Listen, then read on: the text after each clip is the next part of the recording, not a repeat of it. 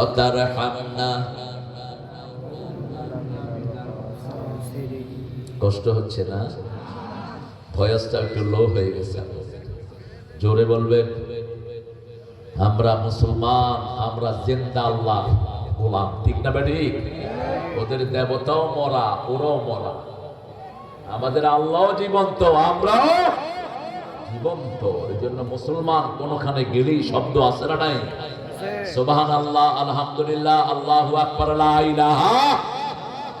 ফজলু আমাকে বলেছিল, আপনারা চিনেন তো এই ফজলুকে, শিবিরের প্রাক্তন জেলা সভাপতি পাবনা, ঢাকাতে একটা বড় হসপিটালে এখন এমডি ফজলু ভাই।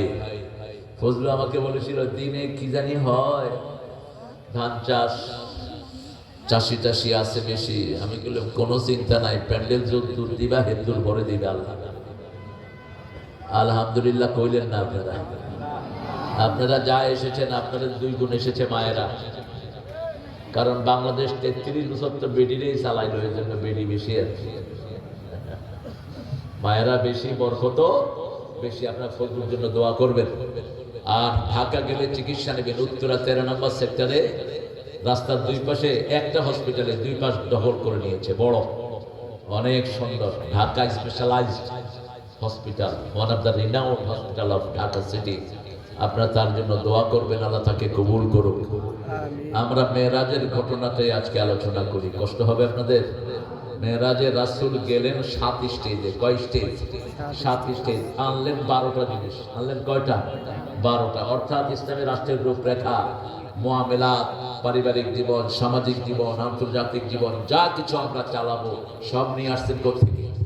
মেরাজ থেকে। মেরাজ থেকে আনলেন নামাজ, রোজা, হজ, যাকাত, এই 4টা মেরাজ থেকে আনলেন। আর মেরাজের আগে রাসূল শুধু ইসলামে ঢুকালেন। দল ইসলাম করব তো, আমরা করব তো, দেখি দেখি কারা কারা করবেন না ইনশাআল্লাহ।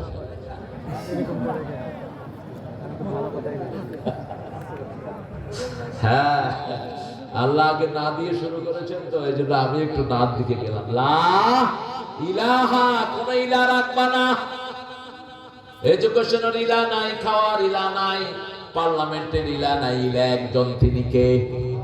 আমরা আর কারো আইন মানি না, কারো শিক্ষা ব্যবস্থা মানি না, কারো হুকুম মানি না, একজনের মানি। ইনিল হুকমু ইল্লা, আইন দিয়েছেন যিনি, জীবন দিলেন যিনি, হুকুম দিবেন তিনি, ঠিক না ঠিক?